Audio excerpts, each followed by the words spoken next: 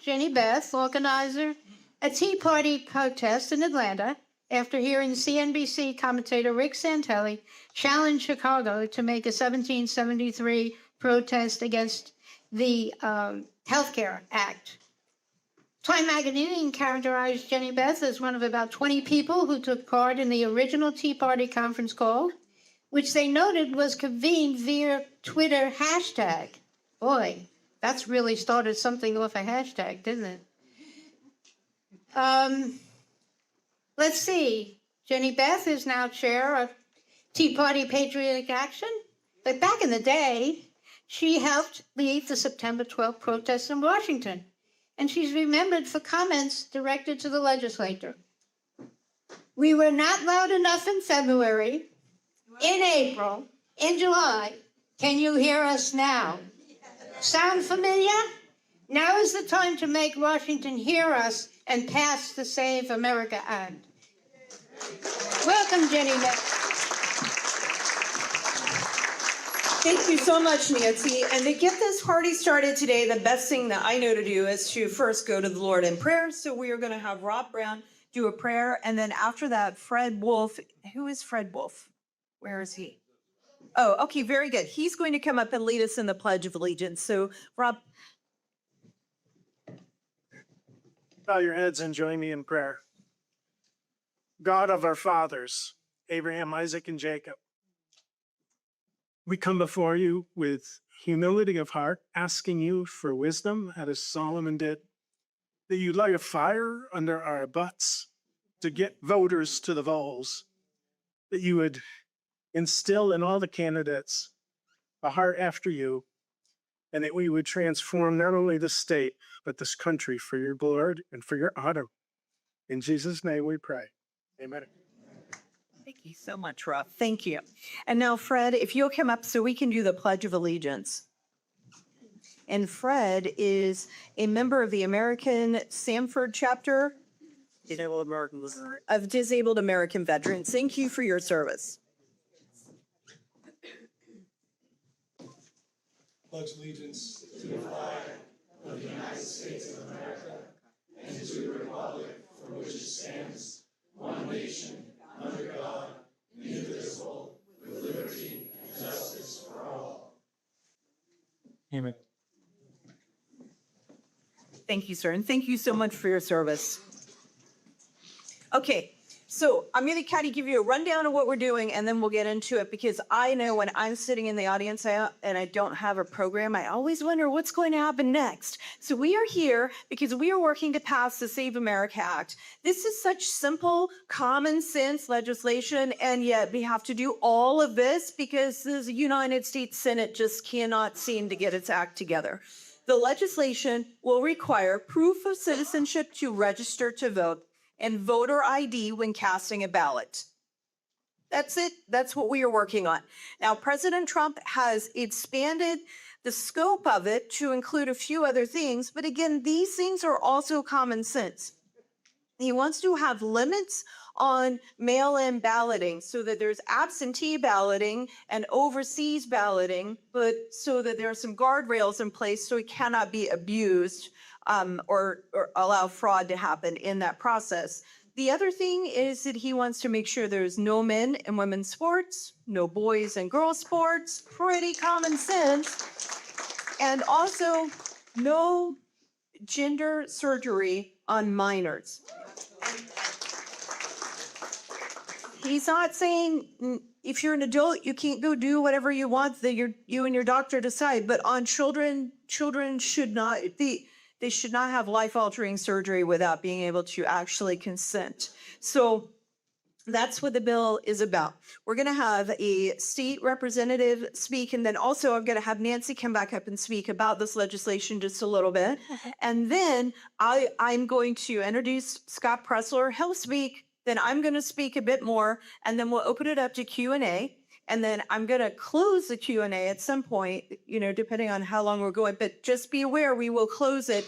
The reason for that is we want to make sure that you have time to come and speak to Scott and me and get photos at the end. And we want to make sure everyone has a chance to do that. So I know some people were standing up here before. We're going to make sure we take care of that, and we'll form a line so it's not as confusing as it was a minute ago for those of you who are standing there, so we can get through that. All right, so that is the game plan for today. And the first person we're going to have speak is State Representative Barbara Bagshaw, who's from Wyndham. Hi, thank you. We have some problems in Maine. I've been studying the voter rolls for 4 to 5 years now, and we have bloated rolls. In 2020, we joined ERIC, I guess. We had 3,500 inactive voters. And then when we joined ERIC, we ballooned and skyrocketed up to over 216,000 inactive voters. We have 3 months to request a ballot. We have month-long voting. The Republicans all voted yes to have 24-hour surveillance on drop boxes. The Democrats voted no. Why do you not want the boxes monitored? I tell all my constituents, if you're going to vote absentee, walk into the office, don't send it through the mail. I had 4 election integrity bills, which the Secretary of State came and, that's racist, we don't need it. And I had a bill to even get rid of ERIC, the electronic voter roll, supposed to clean up the voter rolls, which it absolutely did the opposite, 3,500 to 2016. And you can find that information on the Secretary of State's website. So I patterned after Texas's bill, and then I realized we entered as a line item on a budget instead of an agreement. And I said, God, I am going to pull this bill Monday if you don't send me help. And I talked to 2 people in Texas, and they said, I wish you could talk to Heather Honey. And she said, I never give out people's phone number, but I am going to give you Heather Honey's phone number. And she said, I'm going to text her now. I called Heather Honey, and she took my bill, edited it when it came back from the revisor's office, threw the Secretary of State under the bus in my 13-minute floor speech, which happened at past midnight. And everybody's like, Barbara, that was a long, boring speech. I said, but it's right that I threw the Secretary of State and laid out her criminality on the record, right? So the bill failed, of course. But Heather Honey was sworn into the Trump administration for election integrity several months ago. So Trey Stewart, a Senate minority leader, said, do you think he'll look at our voter rolls? I said, we did a deep dive into Maine when I had my bill, and then one Republican voted against it on the committee. I said, why did you vote against it? I said, why would a Republican? They're like, oh, Barbara, when we get voter ID, everything will be fixed. We see what happened with voter ID.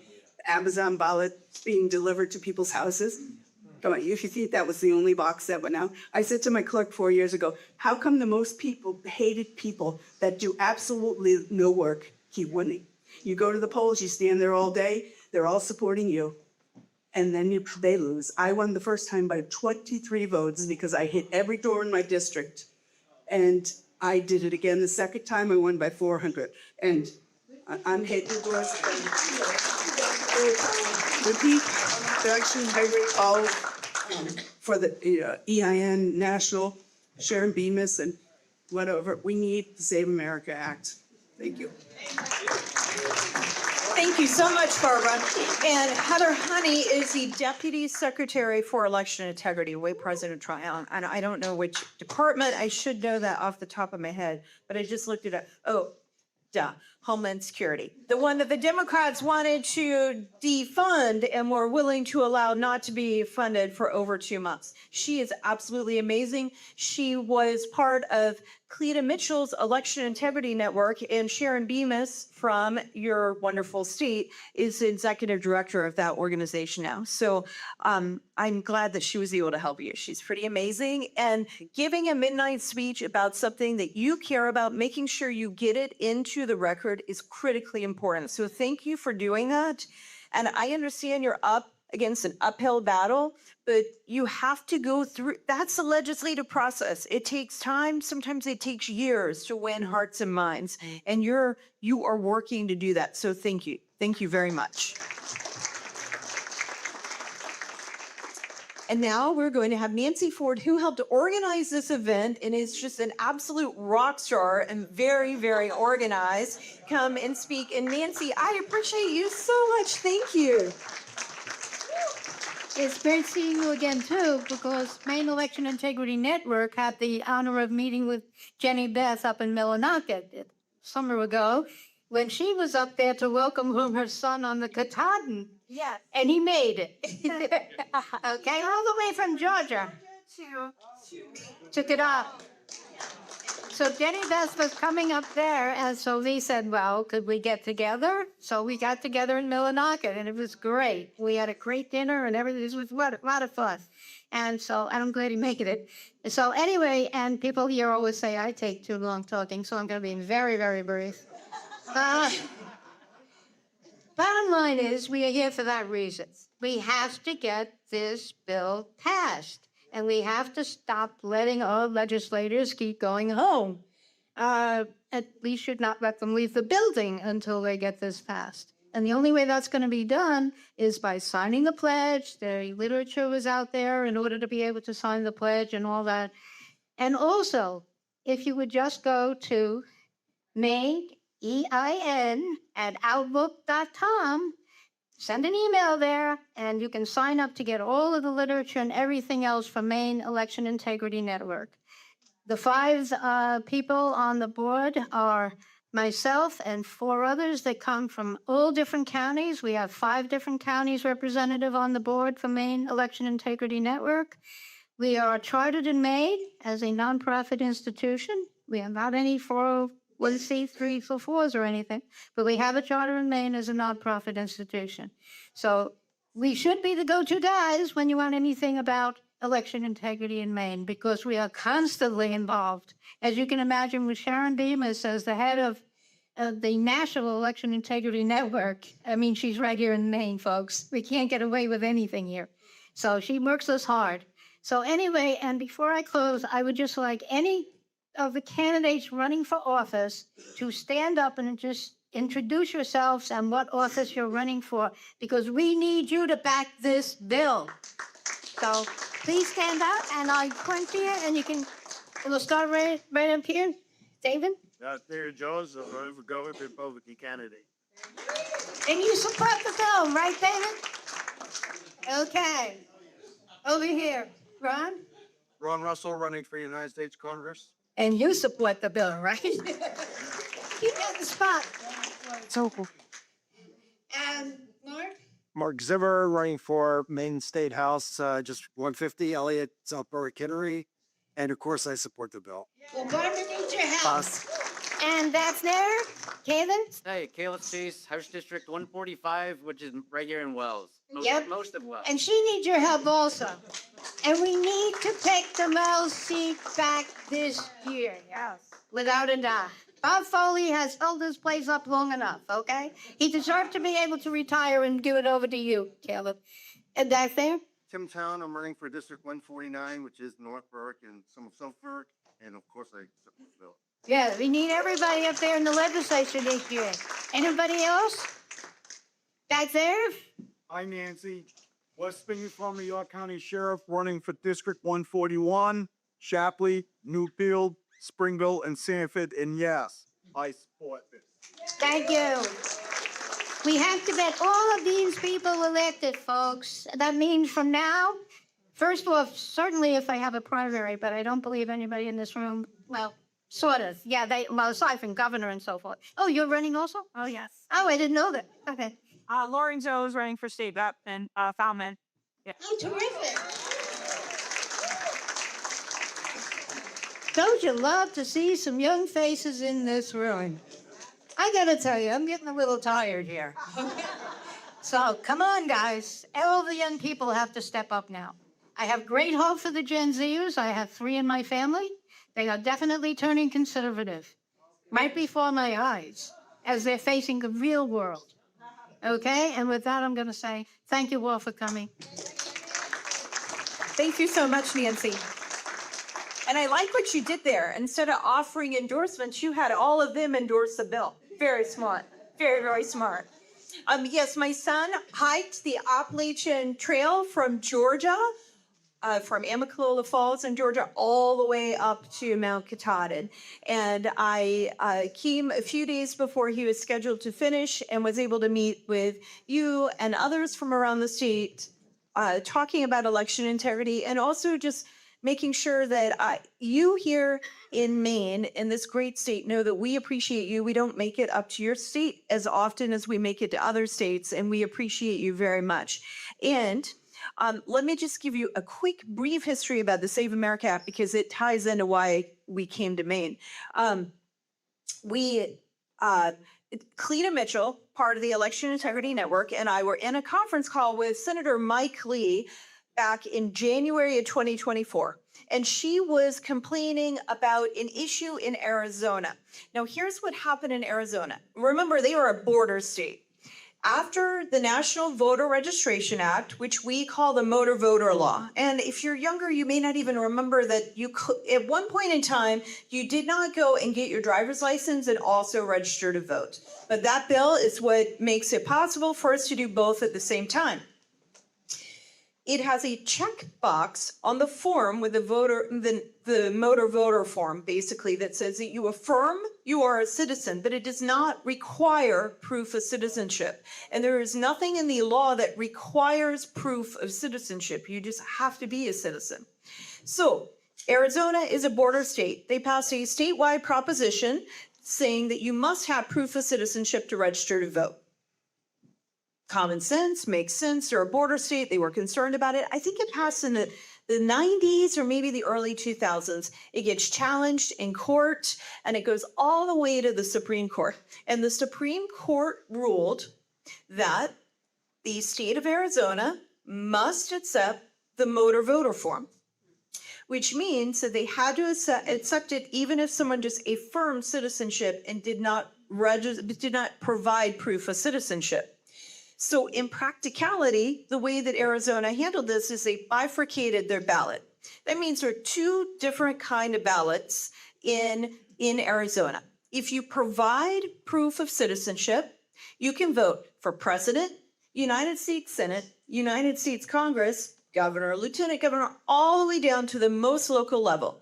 And in the state of Arizona, maybe not exactly like Pennsylvania, similar to it, it is the precinct committee man. That's their most local level. If, however, you did not require proof of citizenship, you can get a ballot and vote for president, United States Senate, and Congress. In a swing state, there was a border state in the middle of the influx from Biden's broken border policies. And so I had known about this since probably 2021, but when Cleta was talking, I was like, this is such a problem. This is one of the dumbest things I've ever heard of. Now, let me just say something. The Supreme Court made this ruling, and I agree with what they did. Here's why. Because they said, this is the law. The law is the supreme law of the land. You have to abide by the federal law. And they did not change the law from the bench. Now, it would be really easy for them to do that, but I'm against the Supreme Court changing the law from the bench. So basically, if we want it fixed, we've got to go back to Congress and get Congress to fix it. And so Cleta's talking, and I texted, we were on as a conference call. There may have been some people in person, but I was on. I texted Mike Lee and I said, can you make this a bill? We need to get this done. And I got unmuted and I said, forget everything else you're working on this year. This is the most important thing. And the easiest thing I think that we could ask for is 2024. We don't really have good, the likelihood of it passing the Senate was less likely then than it should be now. And Biden was president. But I was like, but you could attach it to funding later in the year. And it seems like something they would be willing to vote for because we're saying only American citizens vote in American elections. So he said that he would work on this. And I did polling on it. And we recruited Congressman Chip Roy. And Chip Roy and Mike Lee wrote the bill for the SAVE Act, which required proof of citizenship. That means a birth certificate or a passport when you register to vote, not when you go to vote. So it's just a one-time event every few years to maybe even decade or two, depending on how often you have to register to vote. And I gave the polling to Speaker of the House, Mike Johnson. He loved it. He supported it. He signed on as a co-sponsor. He gave it to President Trump, told President Trump about the bill. President Trump announced his support for it from Mar-a-Lago. Then later we did a press conference and introduced the bill. So we started working on it, and it passed the House in 2024. And went to the Senate where it died, fell like a lead balloon. So then in 2025, they reintroduced it. We have President Trump as the president. We've had a mandate from the American people to secure the border. I mean, very clearly that was a big deal to people. It passes the House, it goes back over to the Senate, and it just drops like a lead balloon and goes nowhere. So last year, in August and September, we did August and September, we did a bus tour around the country. And we went from California all the way to North Carolina. And then we went from Wisconsin to Washington, D.C. So we went across the country 1.5 times, urging people to support only citizen voting. And we put the tour dates out, and people from Maine, especially, and also up here in the Northeast said, why aren't you coming up here? Well, going all the way across the country 1.5 times. And also, you're not exactly a swing state right now. And so we had to make logistical decisions. So when my son was moving through up to the Northeast, I was like, I'm just going to go to Maine and meet with people because we can't bring the bus to Maine. So that's how I wound up here in Maine. And then, of course, we finished on the morning that Charlie Kirk was later assassinated. And then this year, President Trump has asked for it to be the Save America Act, and he wants voter ID and the other items we mentioned. So Congressman Brian Stile from Wisconsin worked with Congressman Chip Roy and the Speaker of the House. They modified the bill from registration to registration and proof of citizenship, and that became the Save America Act.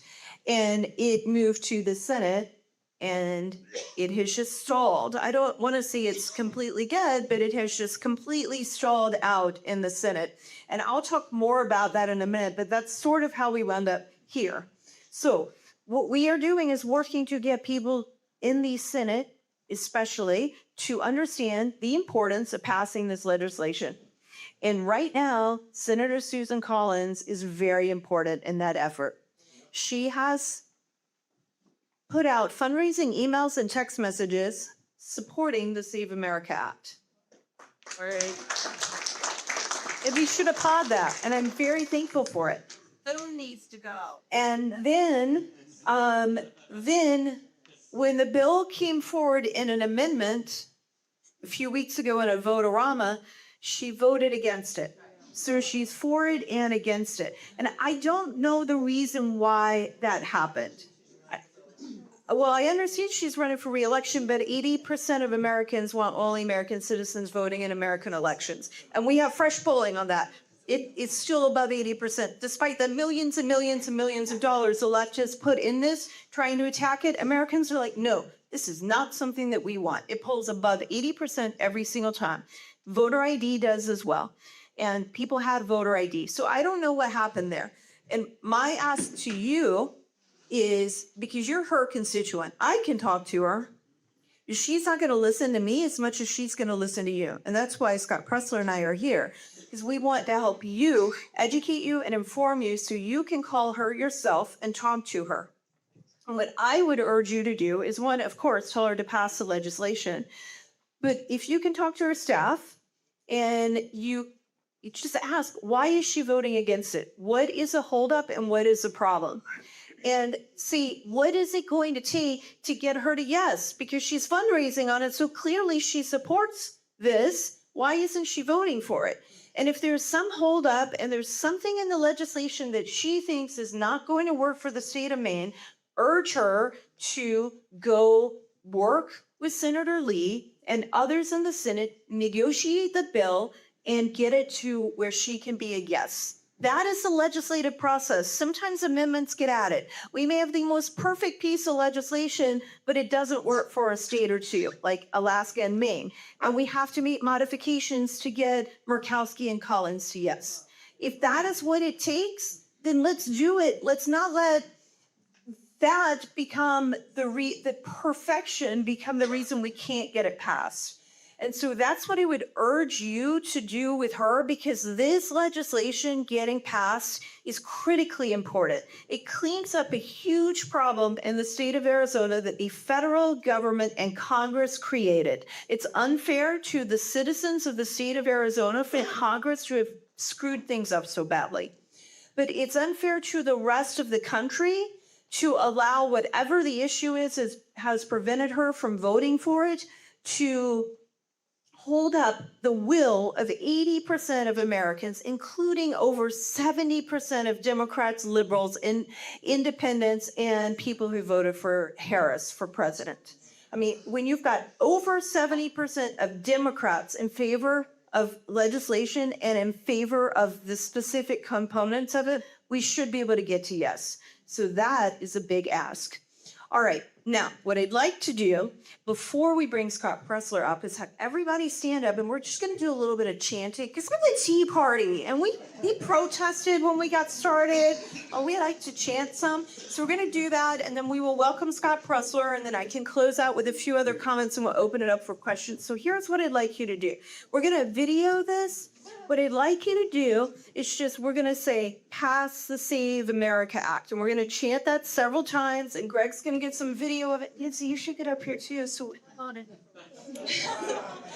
that we can get it done. And also just get that energy up before Scott Pressler comes up here to talk to us, because he's amazing and very energetic. So ready? On the count of three. 1, 2, 3. Pass the Save America Act. Pass the Save America Act. Pass the Save America Act. Pass the Save America Act. Pass the Save America Act.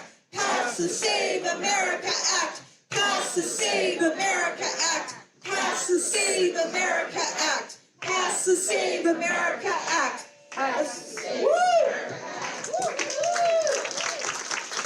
And Senator Collins, we are asking you to vote in favor of the Save America Act. This is a room full of people from Maine. They are your constituents. They want you to vote for this critical piece of legislation for Maine and for all of America. Please vote for the Save America Act. And with that, we are going to bring up the one and only Scott Pressler. And before we do, let me just tell you this. I've been with Scott to South Dakota, into Arizona, and to Alaska. He's coming to Georgia. He's been to Louisiana, where he helped defeat Cassidy, who would not support the Save America Act. And he was in Texas, crisscrossing that state, as even on Tuesday, making sure he sent a message to Cornyn and to the Senate to pass the Save America Act. And he is tireless. And he's here today, and he will be going to other states. We're headed to Nevada at some point as well, and South Dakota yet again, because this piece of legislation is so very important. I've worked with him. He is absolutely 100% committed to the grassroots. He is so genuine and so kind and so energetic, and you are going to love him today. Scott Pressler, thank you so much for being here.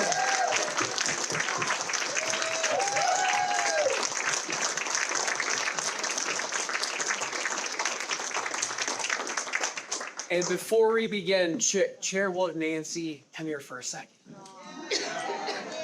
Because I want you to get this visual. Come next to me.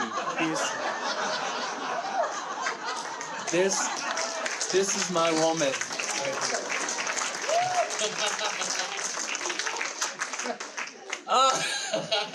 She said she does have a 6'1" husband. But now, can we give our chairwoman, Nancy Ford, a rousing round of applause? I tell you, this woman does not mess around, does she? She will point at you and say, are you supporting the Save America Act or not? What a tremendous job you've done here. Yes, ma'am.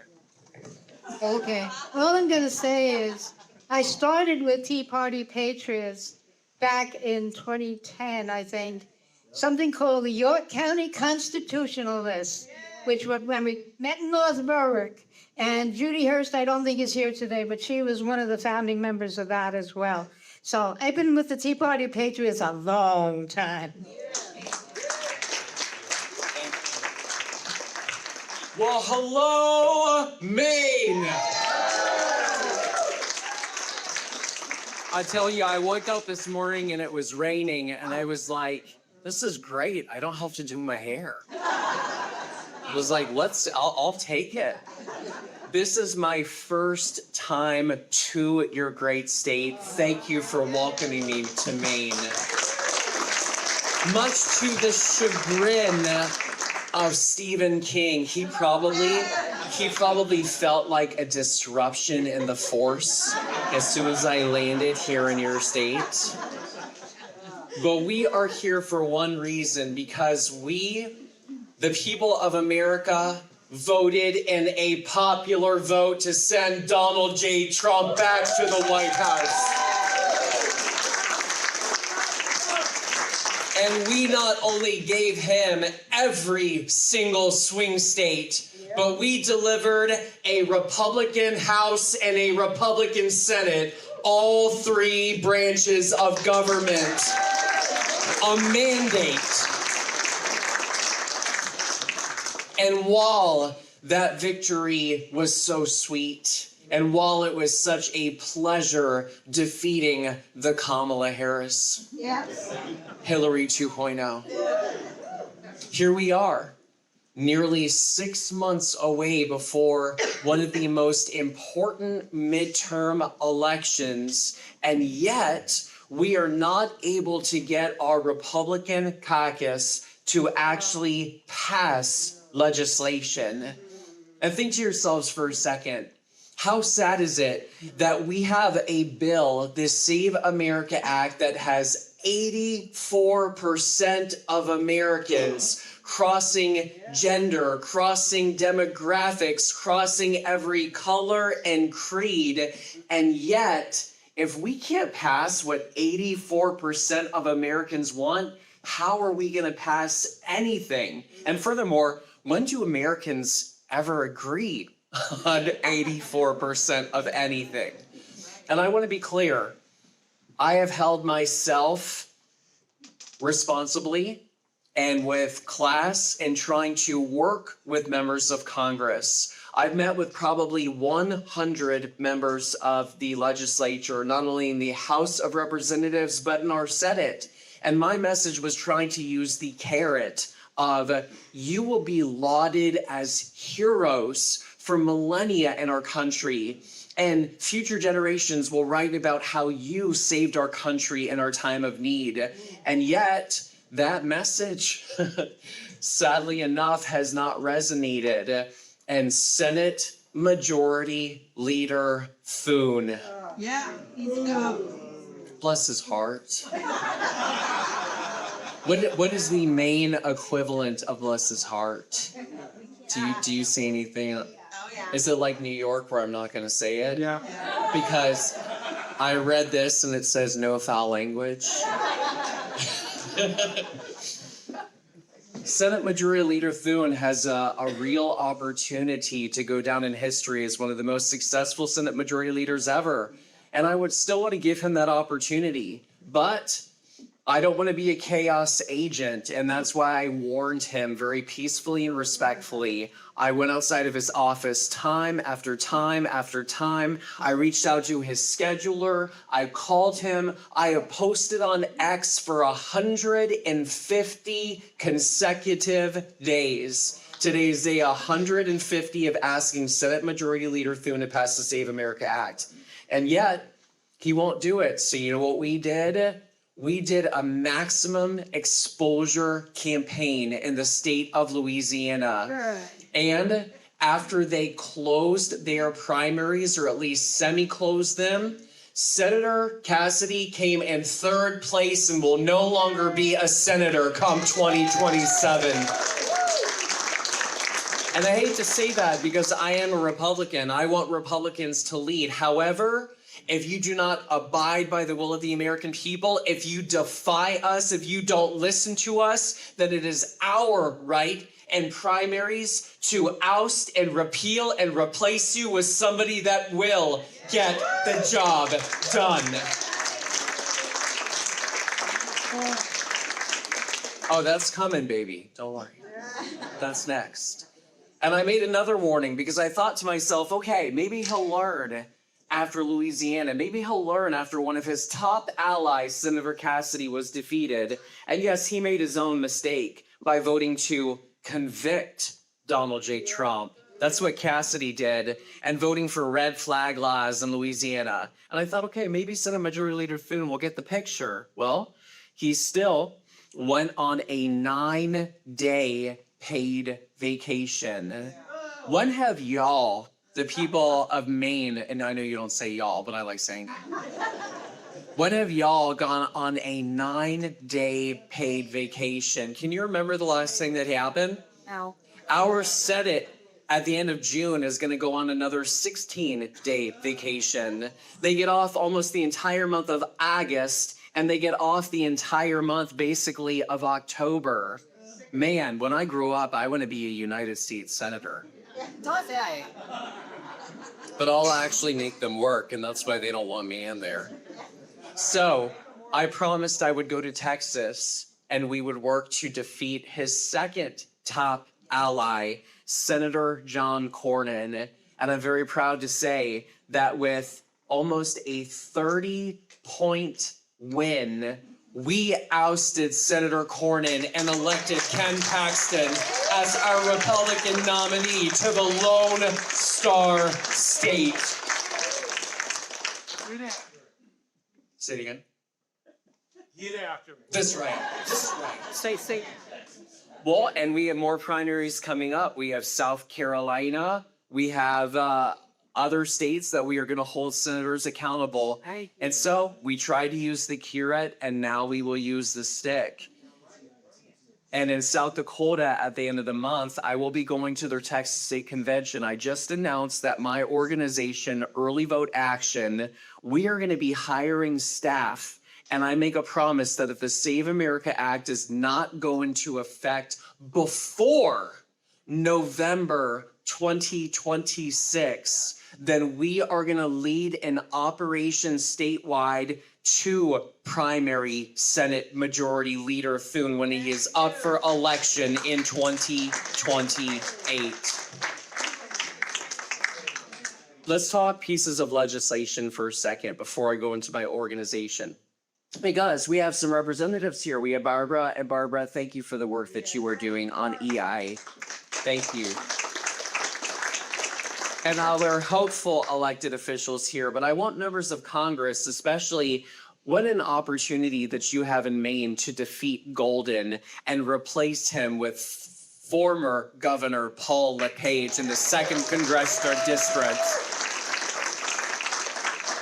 You gonna talk gerrymandering? The Democrats have gerrymandered New England to heck, and you guys have a total of 0 members of Congress in New England. You wanna make history, my beautiful state of Maine. You elect Paul LePage and make sure that we finally have Republican representation. And the 1st Congressional District as well. Take that both, baby. Oh, they will cry more than it rains every day in the beautiful state of Maine. They'll call it dairy. I want to name a couple pieces of legislation, and based on what you know about it or how excited you are about the bill, I want you to come back at me with how you feel about said legislation, okay? Because I want members of Congress to hear this. The Brave Burma Act. Nobody knows what that is, except one person. And I love your passion. Number 2, the Dignity Act. That's amnesty, by the way. Yeah, we don't want that one. The Road to Housing Act. Nobody knows what these are. The Senate, by the way, the Senate, while we all want the Save America Act, is pushing those three pieces of legislation, including amnesty that I just talked about. The Save America Act.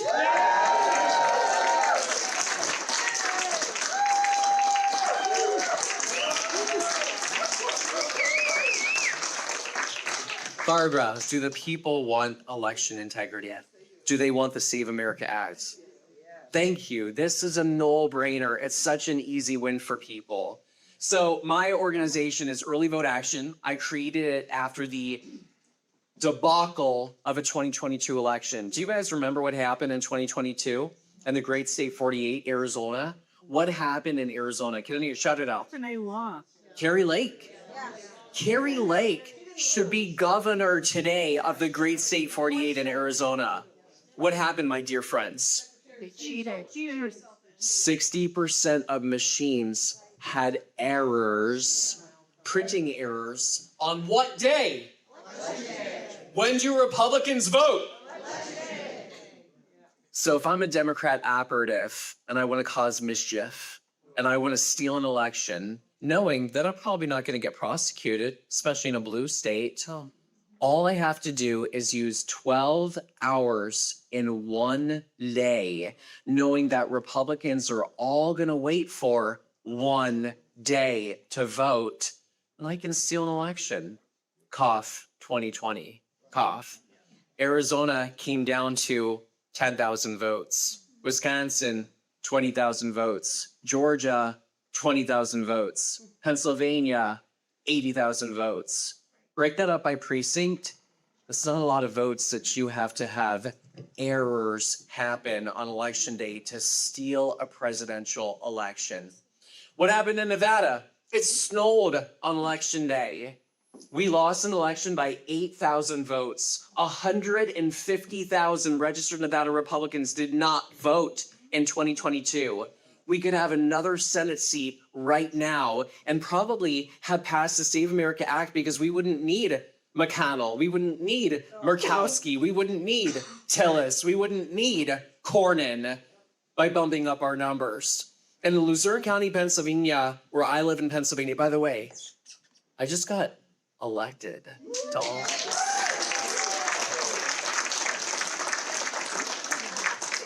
I ran for my local Republican Party in part because of Senate Majority Leader Thune. And I said, how dare I yell at a system that I am not trying to positively change myself? And I said, I'm going to put my name on the ballot. And out of 5 seats, I was the top vote getter with 7,853 votes. And they elected a long-haired cowboy in Pennsylvania. I'm not gonna lie, it was pretty cool. Because even my haters, someone who like really hates me, they came in last place, and I came in first place.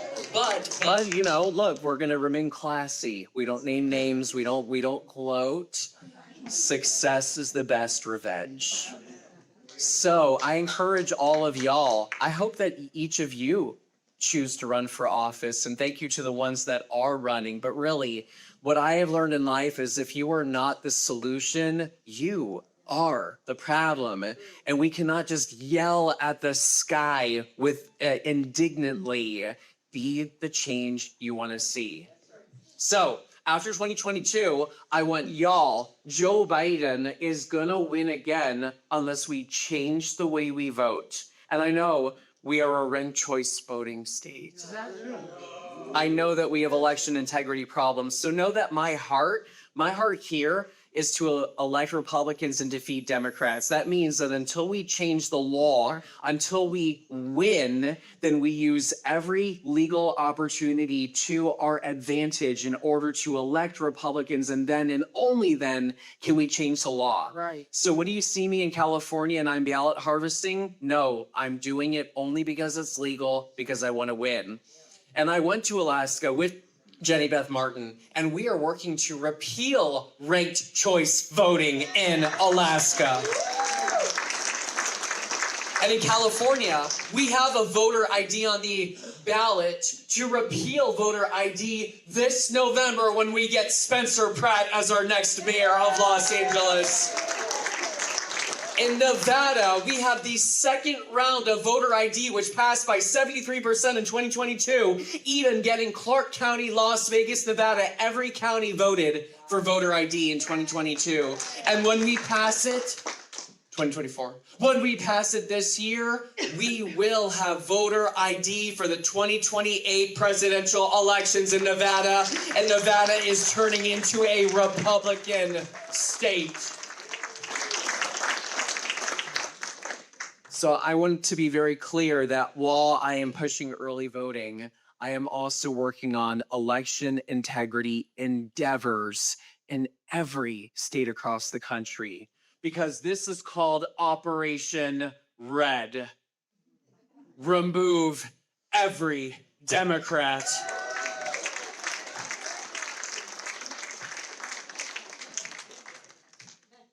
And I have an ask of y'all. Look, I'm not here to be an attack dag, but I'm here in Maine for a reason. We have a beautiful senator in this state. Her name is Senator Susan Collins. And as Jenny mentioned, and I understand that this is a seat that we need to keep. However, however, I never want a senator to feel that they are so invulnerable that they can never be held to account for their actions. And when Senator Collins came out in support of the Save America Act on social media, that was a really great day. And I thought, wow, I have such hope that we can actually pass this piece of country-saving legislation. And yet, when it came to sign on with the reconciliation, the budget reconciliation, we had 4 members of the United States Senate that voted against attaching what 84% of Americans want to the reconciliation. They were Tom Tillis out of North Carolina, and he's leaving. McConnell out of Kentucky, he's leaving. Murkowski out of Alaska, we all know what her deal, bless her heart. And Senator Susan Collins out of Maine. So here's what I want. I really don't want the energy from today to dissipate. I want you to be encouraged, and I'd literally call her office, not just her 202 DC office. I want you to call her local Portland office. I'm sure she probably has one in Bangor. Maybe she has one in Wells. Maybe she has one in Brewer. She has a different office. Beautiful. 283-1101. Give it sweet. 283-1101. 283-11. I like David Hall. I like this guy over here. This is like the Scott Pressler of Maine. I'm just saying that he has that great memory. No, thank you for calling. I'd say, listen, I'm a Republican, or I'm a voter, and I voted to elect you into office. And I mean this very respectfully, and I mean this professionally. You in this year are in the fight of your life peacefully to keep your seat. Your opponent is well-funded. Your opponent is right now polling above you. And this is a seat we need to keep. However, tell me, why should I vote for you if you are not willing to support what 84% of Americans want when 2 of your colleagues just lost their seats? And I mean that again. Keep your tonality respectful. Keep it a consummate of professionalism. But she needs to know, if she does not support the Save America Act and get it done, I think it's going to be very difficult for her to actually win this November. And I don't want that to happen. I want President Trump to have 4 years in office. I want him to have all 3 branches of government. But at the end of the day, these people work for us. We expect and demand that they pass legislation that we ask for. So can I get your commitment that each of you will call her office and give the message that I just gave?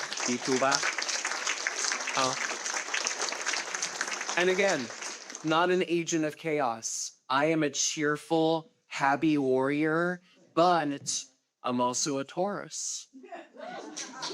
Meaning, I'm happy to have peace, but if you come for me, do not miss. You will get the hordes. But this truly has been the honor of a lifetime, and I promise you, I simply refuse to stop. We were just in South Dakota. We were in Arizona. We went all the way to Alaska. I was just in Texas. I just got off a plane, just got to go see mom and dad, and I got on a plane here to Maine. I'm not taking a break. I'm not taking any rest. I will continue to fight with you because this November, we need big, beautiful, huge turnout to support our beloved president, Donald J. Trump. Also, last week, and I asked Jen's permission, but I am also an author. You know this guy on the front of the cover. So the coolest thing for me, just to any young people that see this, I do want you to know as well, and people of all ages, I started off as a dog walker. Not that there's anything wrong with that. But I do believe in manifesting your own destiny. And so it's a really cool experience for me to go from the humble beginning of a dog walker, but taking my destiny into my own hands and say, I'm going to join my Republican Party. I'm going to travel the country and register voters. I'm going to clean up our cities. I'm going to move to Pennsylvania to help reelect Donald J. Trump. I'm going to create an organization for the benefit of the Republican Party. And to have entered the Oval Office after re-electing Donald J. Trump, after he was nearly assassinated, after a stolen election, after everything that we went through together as a country, I just want everyone to know the power of one is real. And each of you, if you make your impact known here in Maine, the ramifications and the reverberations will be felt nationwide. And I hope that encourages each of you to make your voices heard. And I say to any Democrat that wants to win this November, or any Republican that wants to stop or prohibit or inhibit us from getting the job done, I have two words: game on. Thank you to the people of Wells, Maine. Thank you to Nancy Ford, our tireless and champion chairwoman, petite but mighty. And I want you to give me a huge, ruckus, loud, rounding applause for Jenny Beth Martin of the Tea Party Patriots.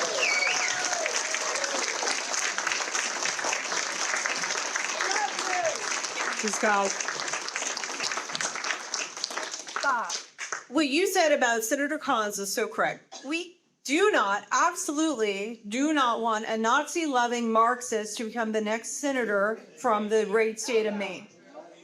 And the United States Senate in America at large does not need a Marxist who has Nazi tattoos on his chest in the United States Senate. Susan Collins cannot take for granted the base. She's worried about the middle, and I understand that. She also cannot take for granted the base. And I understand being worried about the middle, but this is not a middle of the road issue. This is an 80% plus issue. And that's what I would urge you to say as you're calling, and be very polite and very respectful, and reminder, we're the base. We're the ones who work hard. We're the ones who are going to be out there campaigning for you. But you got to give us a reason to. You got to give us a reason to vote for you, much less to campaign for you. And just reminder of this is not, we are not asking to get rid of every single voting machine in the country. Do you know, like, we are not on an extreme issue. And there are issues with a lot of these computerized systems. We're not asking for that. And I guarantee you, if we polled on that, the majority of Americans wouldn't even, there would be a huge, significant number of Americans who would not even know how to answer that question because they don't know what the issues are. But when you ask, do you want only American citizens voting in American elections? Overwhelmingly, Americans get it. They understand this. And in fact, we just got fresh polling back this past week. 56% of Americans want the Senate to keep working and get this bill passed this year before the elections. That's over half of Americans. And so just urge her to do that. And if there is some legitimate reason that she's objecting to something in the bill, urge her to go negotiate and get it changed. We need her to get to a yes. And she may have a legitimate reason. And I understand your state is unique because you are very purple, conservative, liberal state. It's a very unique state. So if she needs something, give her the grace to get it done, but urge her to go get it done. Senator Thinn, I spoke with him recently. I was at another event. I met him, and of course, I had to go talk to him about the Save America app because that's all I've been doing for the past 2.5 years. And by the way, when we were on that bus tour, we would stop and get gas usually at truck stops and stop at restaurants and hotels and random strangers. Of course, people like you showing up at our events they're different. You get what you're here, so you understand what we're doing. But these random strangers would come up to us and they'd say, "What is this about?" We'd explain it, and they'd say, "You have to do all of this just to get that done?" Americans just are like, why are they not doing this? It's so common sense. So I speak to Leader Thinn, and I say, I've been working on the Save America Act since January 2024, and I've been with Scott Pressler around the country working to get this bill passed. And he said, well, we've been working really hard on this bill. Working hard. Okay, by the way, I just keep thinking about all these senators who keep saying, we're working really hard. We tried to get it passed. And all I can do is think of Yoda. Try not. Do or do not. There is no try. That's it. There is no try. You're either going to get it done or you're not. And I think I thought of Thomas Edison. How many times did he fail until he got the incandescent light bulb? It was over 10,000 times. So we worked hard for a couple of weeks. We had some speeches. I gave more speeches than anyone. That's one of the lines that the Senator Thune likes to say. Yes, they go on vacation over and over, even in the middle of a shutdown for the Department of Homeland Security. So I said, well, we want it done. And I went through some legislative things, like what if it's attached to a different bill? What if some things are done? He said, if you give me some written legislation, I will look at it. And so I'm working with Cleta Mitchell and others on doing that. But then he said, this part is a little bit different because we veered into fraud, which, by the way, is theft of our tax dollars. And over 80% of Americans understand that as well. Like, Democrats and Republicans understand we work really hard for our money. We're taxed on our money. We are forced to send it to Washington, D.C., and we expect that money to be spent well. And even if it isn't spent well, because there are things certainly that happen with that money that I disagree with, we expect it not to be stolen, period. Like, come on.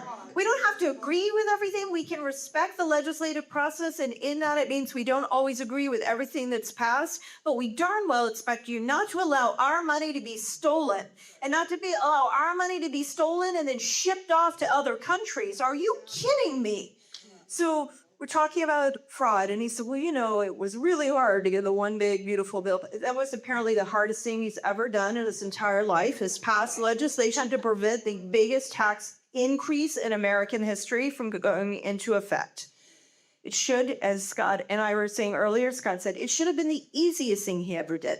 Yeah. So he says it's very hard to get it done, to get that done. And if there are amendments, the amendments might, if there are amendments, the amendments might undo the legislation. So he's saying it was hard and that the will of the American people wasn't exactly there and people are afraid to go home if they voted about fraud. And I get that. I do. And here's what he said to him. I said, I understand that. Last year, in July and June, when the One Big Beautiful Bill was passed and you were working to stop fraud in Medicaid, no one was really talking about fraud in Medicaid. So it was hard for people to conceptualize it. I get that. I understand why that might have been difficult for people to go back and sell to their constituency. But we're not in July of last year anymore. Since late December, we have seen what Nick Shirley and other independent journalists have done. We understand what a leering censure is now. We've seen the empty office buildings that are supposed to house legitimate businesses that aren't even open. We've seen the abuse of hospice care centers. And my grandmother went through hospice care when she died. That is, those people who work in that industry, in that agent, in hospice, they are angels on earth. And it's such a precious mission to know that there are people who are abusing it and stealing our money and taking advantage of something that we would all think, yes, spend some money on hospice. Maybe we want limited government, but we understand, we can have a little bit of grace here. They're taking advantage of that with us. It's so wrong. So anyway, I didn't go through all that, but I'm just saying it. I said hospice, leering, empty buildings. And he kind of looks at me like he had never heard of Nick Shirley. Maybe he has, but he looked a little confused. And then he said, well, it's really hard. And if we get too many amendments, it might undo the One Big Beautiful Bill. Now, no one's been talking about undoing the One Big Beautiful Bill. So I just kind of gently tapped him on the side of his arm and I said, but you're a great leader. You're not going to let your conference undo that bill. And yeah, that's sort of what everyone around laughed. And he didn't know what to say. And somebody pulled me in. And then I had to go stand on stage because I with him and get a photo with him. And he and I both were just sort of like, So anyway, but I did advocate for all of you when I was speaking to him. That's what we're up against. It's just, we worked hard. We tried. We don't want to risk undoing anything. And then I think, when Scott and I were in Arizona, the White House Correspondents' Dinner was going on, and I had to come back on stage after Scott finished and tell everyone that the President of the United States had just had another assassination attempt on him. And he's literally risking his life to defend our liberty and to put America first and to make America great again. He could have gone off into the sunset in 2020 and not fought for the corruption in the election in 2020. It would have been very easy to do that, but he did not do that. He stood up, not just for himself, and people may look at it on the other side of the aisle and think he was a selfish man, whatever. No, those of us, I lived in Georgia at the time. My vote was violated. My vote was violated. The state law was not upheld. I helped on his legal case in that time. I was part of the legal team. I'm not an attorney. I'm just really good at organizing people. So I took all the complaints, matched them with volunteer attorneys, got affidavits. Those were used in his lawsuit. So I knew all of these problems. He was fighting for himself, absolutely yes. And he was fighting for every single voter in the states where there were such horrible problems. And he was fighting for all Americans because he should have won the Electoral College. So it wasn't just about him. He could have just walked away and said, well, I tried. I worked hard. He didn't. And then he continued and he stepped up and ran for office again. And they indicted him in my home state.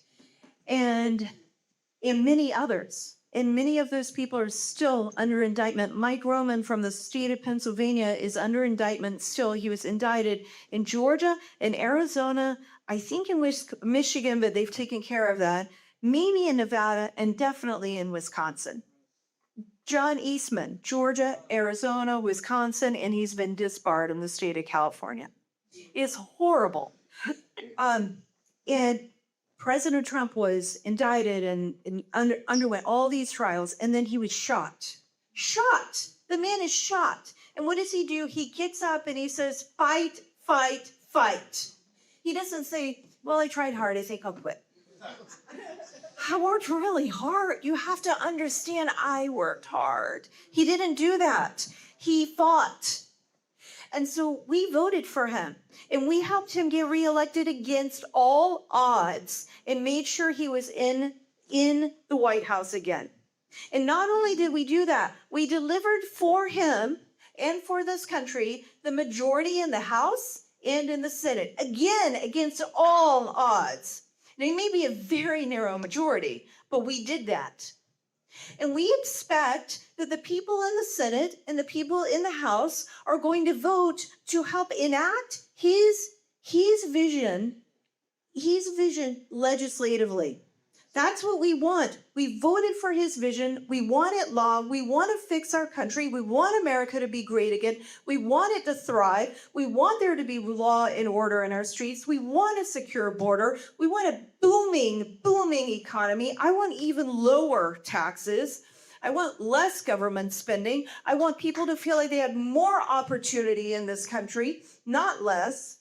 Uber drivers, some of them are working double time, doing gigs on the side because they can't afford things. They're no longer taxed on tips. There's no taxing on tips. There's no tax on overtime. There's no tax on Social Security. You guys work. No, she didn't break instead of no deal. Made them. Why not? She wanted, she's, that's press belly, no, said, you have no little press, she got them. But for your federal taxes, it's still in effect. That's all. Yes, absolutely. For federal taxes in all of these states, we still are dealing with taxes, especially Social Security recipients and others. Although I moved to Florida and Governor DeSantis is trying to get rid of property taxes. Woo! Everyone says, but how can you do that? He said, we can still do it and provide the same services we had in 2019. Did you like our services in 2019? Yes. Okay, so we want all of these things to happen. We don't want just trying. We don't want just working hard. And so that is what I think that the United States Senate doesn't understand. And before they left for this current vacation that they are about to come out of next week, President Trump endorsed Paxton, right, and Cassidy lost.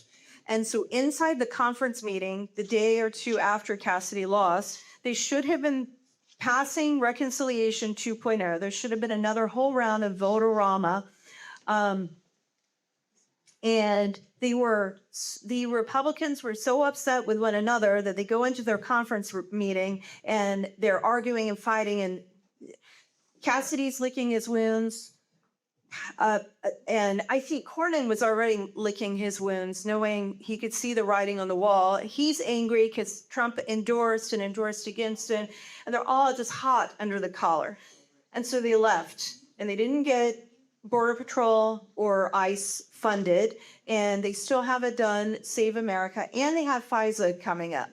Okay, I get it. They're human beings. So I will give them a little, and it's a legislative process. Legislation means you've got to be able to talk and to communicate. You understand this because you're a legislator. So you have to be able to talk and communicate. And if your tempers are all that high and your emotions are that high, sometimes you just got to calm down. So I am prayerful that when they get back, they've calmed down enough and they paid attention enough, and we've put enough pressure on them that they understand we need this legislation passed. Now, we're still going to have a problem, even if every Republican votes for it. So let me go through very quickly, and I won't talk forever because I know you'll have some questions and we're going to do photos. But I heard someone say reconciliation. So let me tell you what we're looking at and what could happen. All right, when it comes to reconciliation, there's this thing called the Byrd Rule, and that means that there has to be a significant budget impact, and it can't be just policy. The Save America, otherwise it cannot go through reconciliation.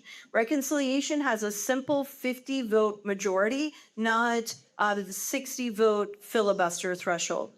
the votes are not there to get rid of the filibuster. I understand the president wants that. Other people around the country want it.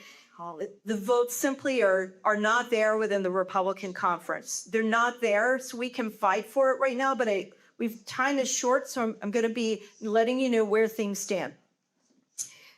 I don't think it's going to work with reconciliation unless they override the parliamentarian. If they're not willing to get rid of the filibuster, they're not going to override the parliamentarian either. So that is probably not going to happen with reconciliation. Now, with that said, there are two reconciliation bills the House is working on. One is ICE and Border Patrol. That's called Reconciliation 2.0. The one big beautiful bill was Reconciliation 1.0. They are also working on one called Reconciliation 3.0, a third one that would do more than just ICE and Border Patrol and handle other things. And they're trying to figure out how to attach it to that and to make it spend money to have a significant budget impact. I'm for less spending, but they're trying to figure out how to get it done. So there may be something in there that could withstand the Byrd rule, and the House is working on that, including Speaker Johnson. So it is a slim possibility, but don't be shocked if the parliamentarian rejects it. So that's all I'm saying there. But Scott talked about those ridiculous bills. Dignity is completely off the table. No amnesty, no way, no time, no. But they still have to do FISA, which is basically the one that allows them to spy on all of us in case of terrorist threats. And they're going to pass it. It will pass. So there are people in the House Freedom Caucus who want to make it where if you're going to do what is effectively spying on American citizens, you have to get a warrant. I think it makes sense. There are people on the other side of the issue who say you don't understand when there's an imminent terrorist threat we may not have time to, and this is for imminent threats on the country. So I'm giving you both sides of the issue here. The point is it's going to pass. So maybe they can attach it to FISA because it's going to pass. That means that Democrats are normally going to have to vote for it on the Senate side. So if you attach all of Save America or parts of Save America to it, then perhaps we can get part or all attached through FISA. Also, this housing bill, the House has a better one than the Senate. I'm not a huge fan of the housing bill, but there are people who want it passed, including a lot of Democrats. So perhaps we attach part or all of the Save America bill to the housing bill.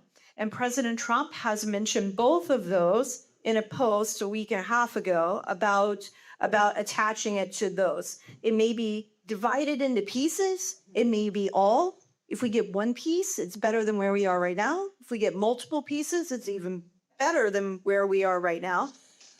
So that's kind of the lay of the land, legislatively speaking.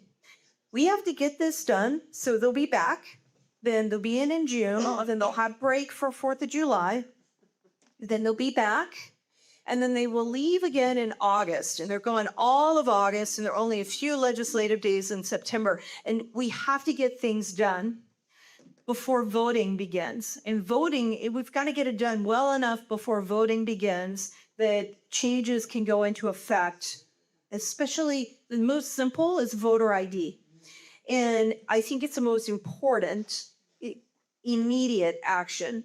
The reason that I say that is because you can teach a grocery store clerk or a gas station person how to check a voter ID. So you can teach a person working the voter rolls how to, it isn't hard to look at an ID and look at the person and look at the name and the birthday and verify they are who they say they are. So it isn't that difficult to do. So, but it has to be done in enough time that states can update voter rules to accommodate it. Virginia starts voting 45 days before Election Day. So that's basically September 15th-ish. And Pennsylvania does about the same thing with their mail-in balloting. So we have to have it done well before September. So in my mind, that means we've got to have it done by the end of July. That's what we're looking at. So we're up against the clock. It's very important. We're talking about 8.5 weeks from now ish, maybe more like 8 because it is really almost June now. So that's what we're looking at. Calling Senator Collins' office, being very respectful, very polite, urging her to negotiate and be active in the legislative process is the best call to action that you can make. And I've seen Murkowski and Collins enough times to know that one, they are willing to negotiate. Them holding out and then changing the vote because they get some sort of compromise in the end is their standard operating procedure. So it's not impossible to get them on our side. Getting McConnell and Tillis on our side is probably impossible because they're not up for re-election. So I just urge you to be very polite, very firm, very respectful, explain what you want, and be willing to have a conversation with the staff to figure out what it is that they want. And if you were able to have that kind of productive conversation with the staff, let me know what they say. Not because we're trying to throw them under the bus, but if you get information that is helpful, I can go talk to other members of Congress and try to help as well. That is your call to action. And then the last thing that I will say is this. I mentioned before that on the day of the end of our bus tour, Charlie Kirk was assassinated. Charlie Kirk, I knew since he was 19 years old. My first really big donor was also his first really big donor, and he connected the two of us. And that donor, his name is Foster Fries. He asked me to help take care of Charlie and to help Charlie out. And I did, but honestly, Charlie was so talented and gifted, he did not need a lot of my help at all. But he was my friend and my colleague in this fight for liberty. Scott has worked and partnered with Turning Point and Turning Point Action. Tea Party Patriots Action has as well, but Scott and I both had personal relationships with Charlie. That assassination hit all of us very, very hard. And it made all of us understand the risk that we take when we stand up for liberty. And it made us more determined than ever to make sure that we continue to fight. And we don't do this lightly. Scott's been all over this country and is barely home. I am the same way. And basically my life is, everyone who works for me will tell you she has no life other than work. I mean, this is my passion. I love my children. They're 23 now. They don't need a lot from me anymore. So I am doing everything I can to make sure they live in liberty and that the children that they have also have liberty. And then we see what happened with President Trump and that White House Correspondents' Dinner. And that has made me more determined than ever to keep going. I'm not going to let these people who want to harm us and to scare us and to silence us with threats stop us. And not only that, I think the American people don't want us to stop. I think they are the extreme, extreme fringe. And I know when it comes to this issue, I want this issue, not because I care, I care for sure about the outcome of elections. I care. I have my candidates. I want my candidates to win. But before I get to wanting my candidates to win, I want to make sure that we have fair, free, honest elections with only American citizens voting. And if my candidate loses, I know they lost fair and square. And all Americans want that. Maybe there's 18% that doesn't, but those are probably senators and their staff. But Americans want this. And it is more important that we understand that the voting system itself is safe and secure than even the outcome of the election. And that's why we're doing this. And I say that we get up and we urge every senator and all of us every single day. We just keep getting up day after day after day. We don't just say, well, I tried and I worked hard. We keep going until we win. And we fight for America. Thank you.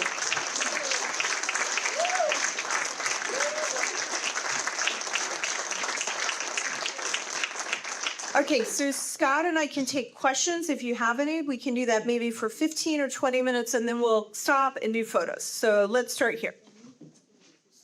Kind of technical. Yes, sir. How do the Indian nations fall? Are they regular citizens? I know a lot of them have their own Yes. national identity. How do you Yes. work with this? Yes, they are American citizens, are allowed to vote in American elections, and their tribal IDs would even count as an ID. So for no them. impact on that. No, there is not an impact of that. Now, the thing in Arizona did stem from something about Native Americans and their ability to provide documentation. This bill, the way it is written, two very important things about the proof of citizenship. One, it is birth certificate and passport and other immigration documents if you're a naturalized citizen. But the left, I'm going to add this in because it's an objection that comes up also. The left will say, well, it's too hard for women. Women's name changes. Yeah, our name changes. We know that. You figured that out. Believe it or not, we have to make sure we get that straight to go to the doctor and to get our Social Security check so we can figure it out for voting. Not that I'm getting Social Security, but you have to do that for Social Security as well. In fact, it probably won't ever get Social Security, but that's a story for a different day. If, however, a woman cannot or anyone cannot provide documentation, perhaps their house just burned down and they legitimately can't get it done for whatever reason. Emergencies happen. This bill allows for that. You attest that you're a citizen. You fill out, basically it's an affidavit. So you explain how you're a US citizen and you sign it under penalty of perjury.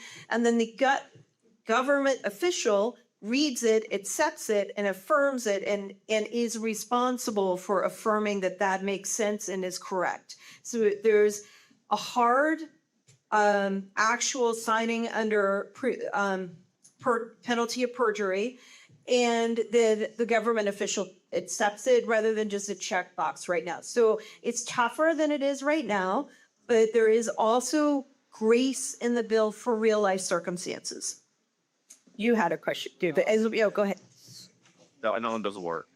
We also included for the Amish too. So no, we are taking into account communities that may have religious reasons why they can't provide a photo.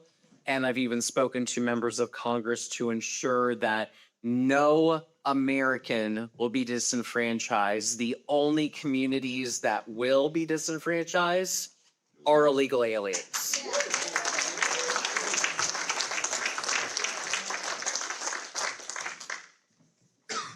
All right, and then David? Yeah. All right, so you outlined what,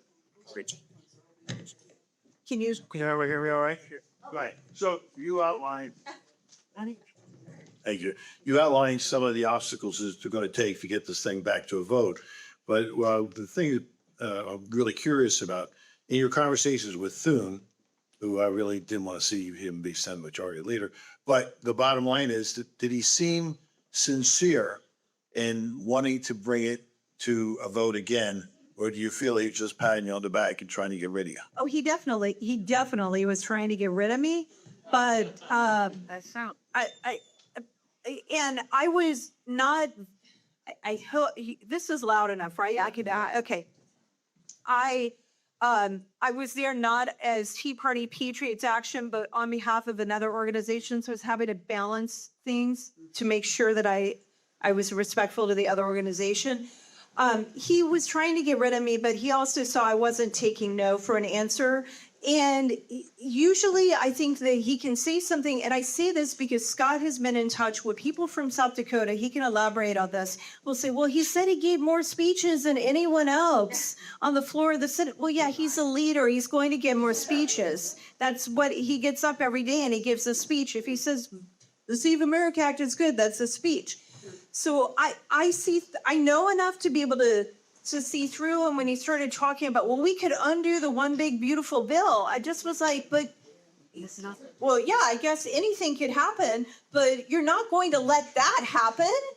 You can prevent that. So I didn't yell at him like I'm doing right here, but that's what I was saying. And he knew that's what I was saying. So he just sort of was like, he didn't know how to handle me because he knew that I was going to be polite, but he also couldn't just blow smoke. Do you want to say anything about South Dakota related to that?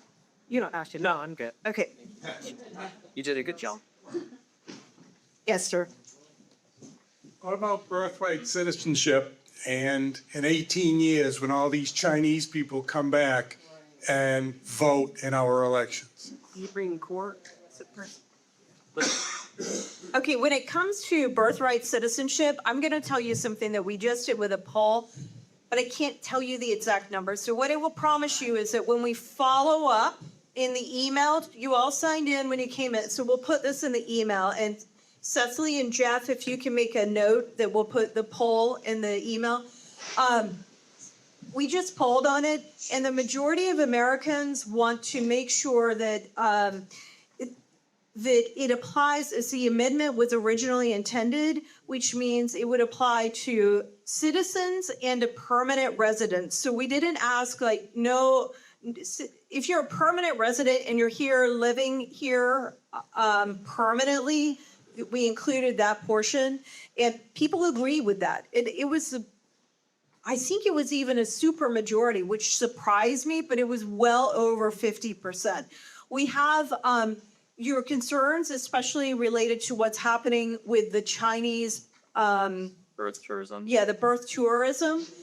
Hopefully, the Supreme Court understands what's at risk. If they don't and they get it wrong, just understand the Supreme Court has gotten things wrong in the past, and that doesn't mean we don't keep fighting. So that's how I would answer it, but it's a legitimate concern. Anyone else?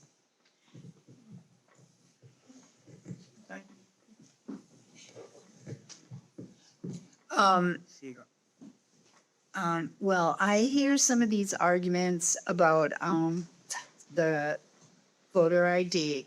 Well, some people are not able to get a ride to vote or something, and they are not able to get the documentation that they need, and so we shouldn't, eliminate them. And what do you say to that argument about not everybody's able to get documentation or?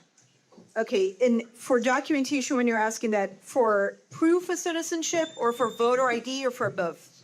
Well, okay, so for proof of citizenship, it's what I just was explaining. If they cannot get the documentation, the bill allows an affirmation. There is an affirmation clause.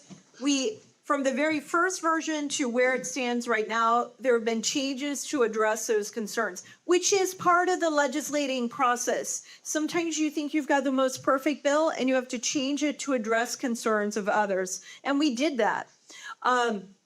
For voter ID, that is part of what might be put into changes that wind up costing money. But we are addressing that as well. We have polled to find out how many people, we did this a few months ago, have an actual ID for real ID, not just a library card or something, but a real ID, and 92% of Americans said that they have it. So the idea that they don't have it really isn't an accurate one. But even with that, there is a way to vote either provisionally and come back and show the ID later, or to affirm that you are who you say you are. So there's still provisions carved out in the bill to allow for exceptions. And each state would have to make the rules around those exceptions. Okay, thanks. You're welcome. I think there is someone next to you, and then we can come back and hear you. Thank you. Even if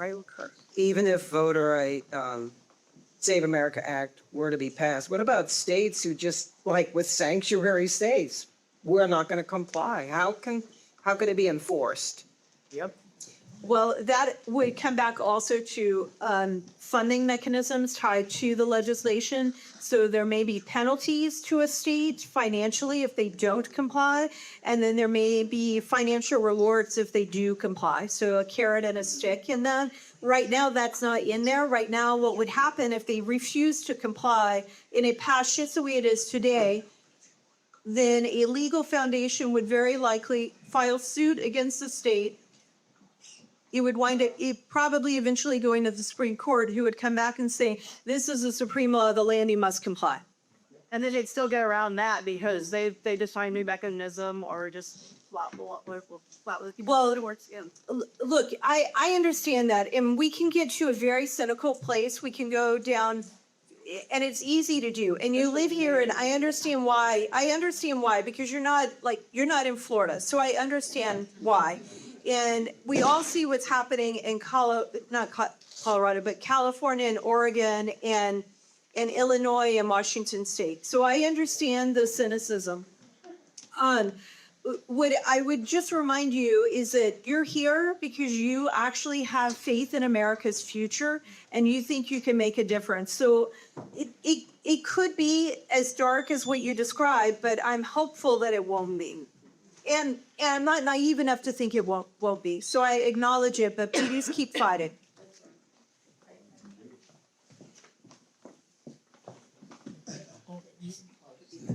Scott, I was just wondering if you could go over again what to say when we call Susan Collins' office. Maybe some of us would like to record just to get the gist of what we should be saying to her nicely. Yeah. Well, here, do this for me.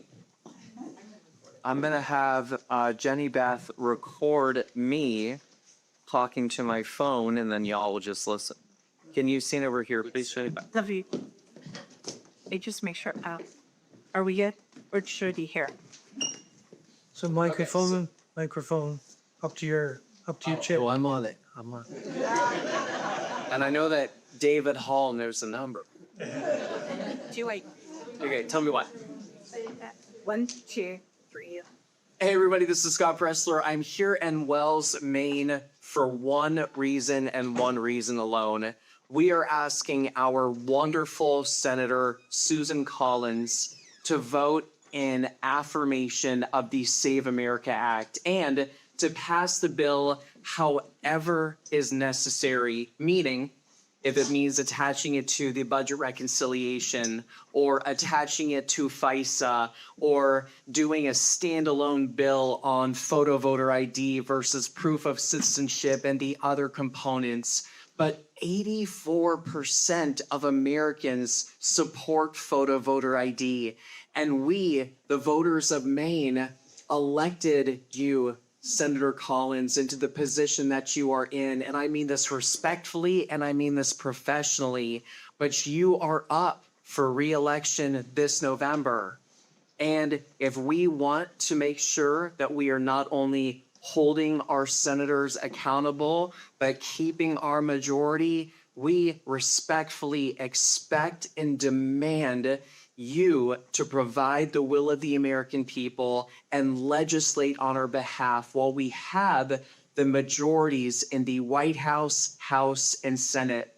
So please know, as a voter, as somebody that will come out this November, Tuesday, November 3rd, 2026, we expect you to provide the Save America Act and give us proof of citizenship and photo voter ID. Thank you, Senator Susan Collins.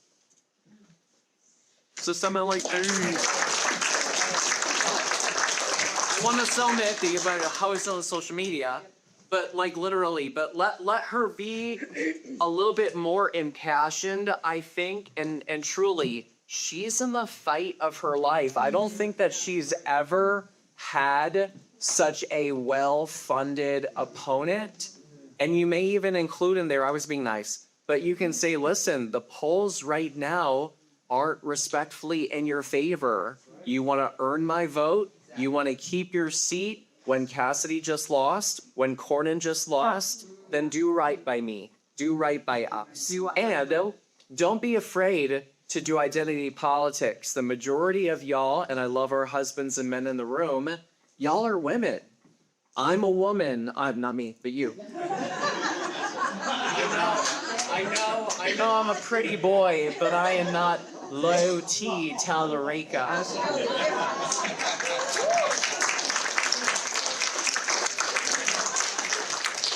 see how the gift rates. Bless his heart.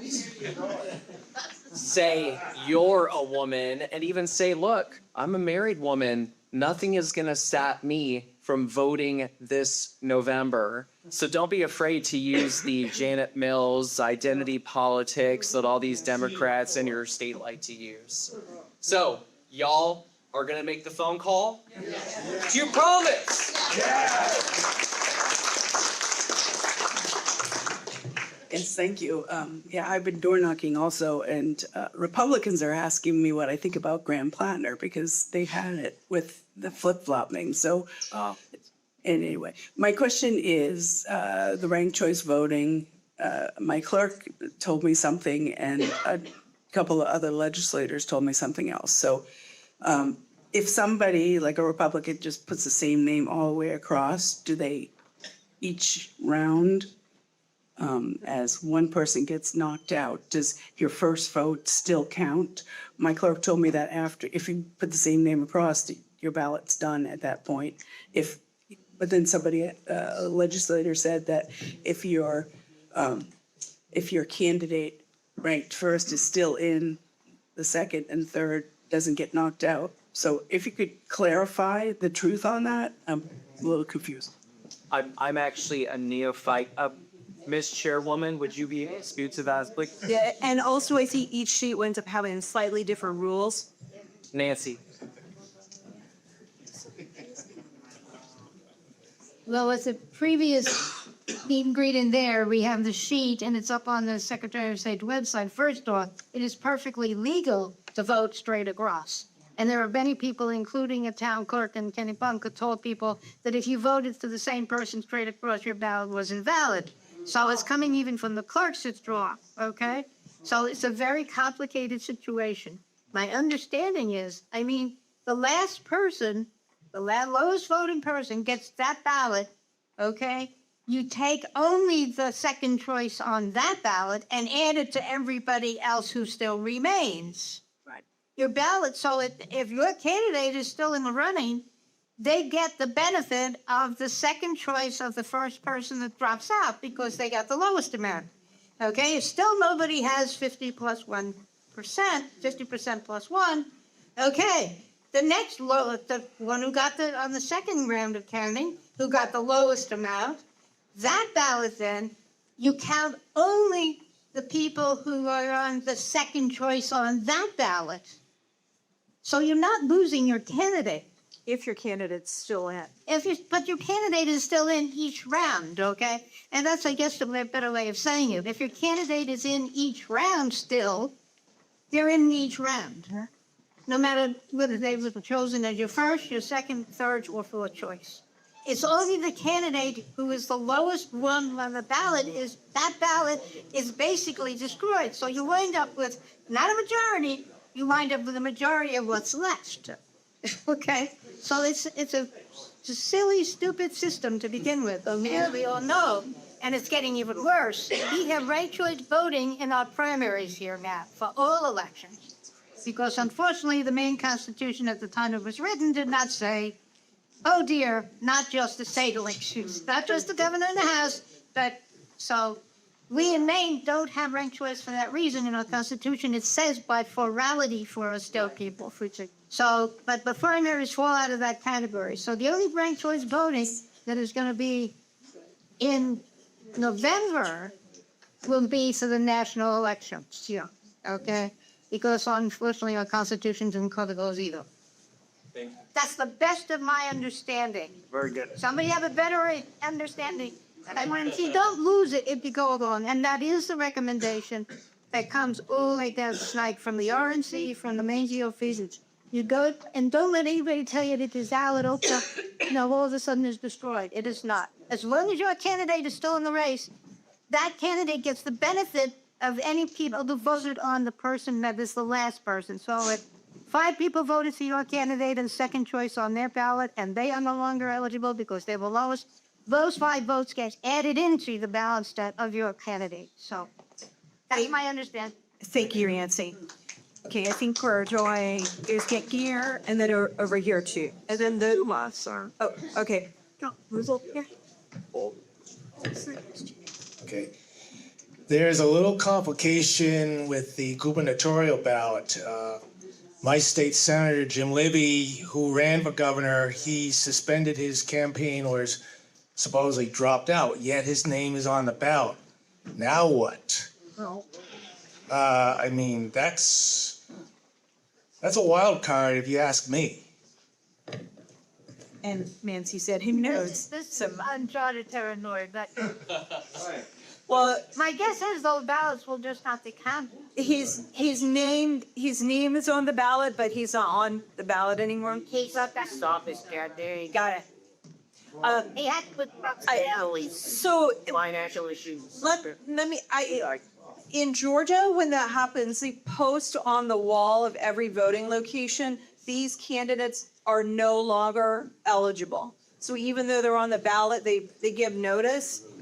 If you're legally allowed to do that, you might ask your clerks to do that in polling locations. But I don't know if you're legally allowed to in the state of Maine. I don't know. Again, this, This is yeah. the mess. Really fuck my thumb here. You break it down, I guess. That's what they did to RFK Jr. when he decided to endorse President Trump. The Democrats tried to force him to stay on the ballot so his name would still appear even though he was no longer running, to try to siphon votes away from Donald Trump. So I think the best thing that y'all can do is write letters to the editor, post on social media, let the voters know which candidates are still eligible and still running for office, because the low informed voter may not know. And we want their vote to count. And when you have 7 or 8 candidates running, it could come down to a very diminutive amount of votes. Right. So how many non-citizens do we believe are on the voting rolls now? And how many were perhaps added yesterday? And is there something in the Save America Act that, since voter rolls are only updated occasionally, is there something in the act that prevents us from closing the door after the horses have left the barn? There is, and Scott is able to answer it, so I'm going to let Scott answer that. It does have to be the last question. I know you have one. Oh, we will be able to still talk to you, so let you answer, then I'm going to get. So, well, when you were saying earlier, what is the enforcement mechanism? I want to be very clear. We're so blessed to have Harmeet Dillon. I don't know if y'all in with this. She's the Assistant Attorney General to the DOJ of the Civil Rights Division. We have never had, in my opinion, a more litigious or thoughtful DOJ when it comes to election integrity. So if you want to know that people within the government are making this their number one priority, I promise you, cleaning the voter rolls, having free and fair elections is up there as one of the most paramount things that our DOJ is working on.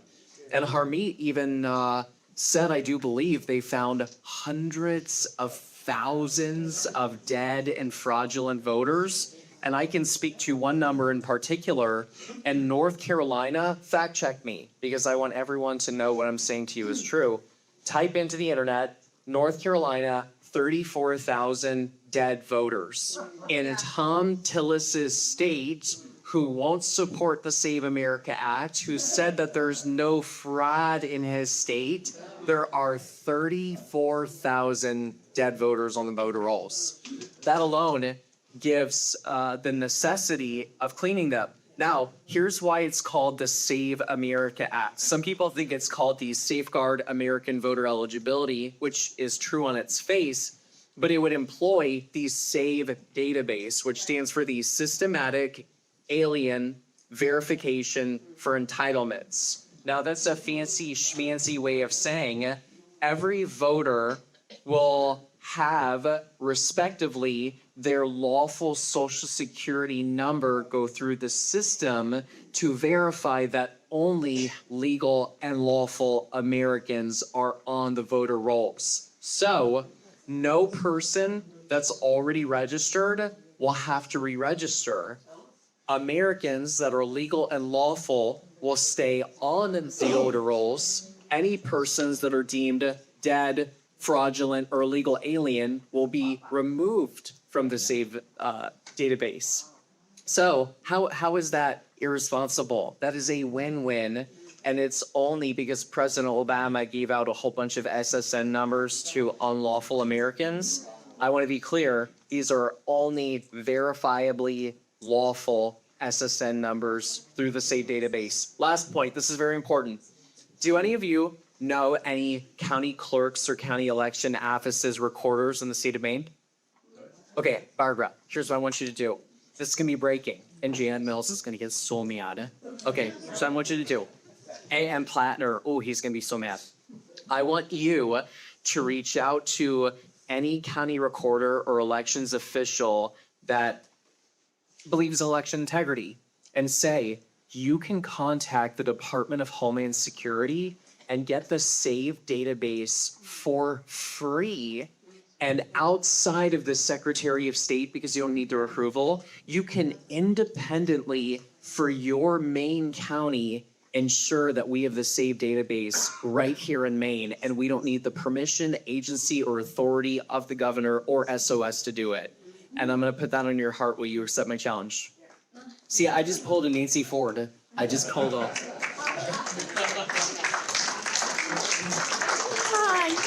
Because my understanding that Chenabella wouldn't sign the memorandum of agreement for the state, but our town clerks can now. We can do it without her authority, Nancy Ford. Come see me. I will connect you with DHS, and we're gonna get the ball rolling. And this does she will have to let us know that. I will. Because I thought that it was a moratorium as a memorandum of understanding that was stuck there, so she would not sign that. No, that's the memorandum of misunderstanding. But now before the send back to Cat, we can get our town voter for it. Correct. And you know how I know this? Here's how I know. In Arizona, because they have a Democrat governor, because we don't have Kerry Lake, and they have a Democrat SOS, Justin Heap, the county recorder of Maricopa County, who we were with recently in Scottsdale, Arizona, independently did it on his own, and that's how they found illegal aliens on the voter rolls who were getting jury summons in Maricopa County, Arizona. So we are gonna change Maine with or without the approval.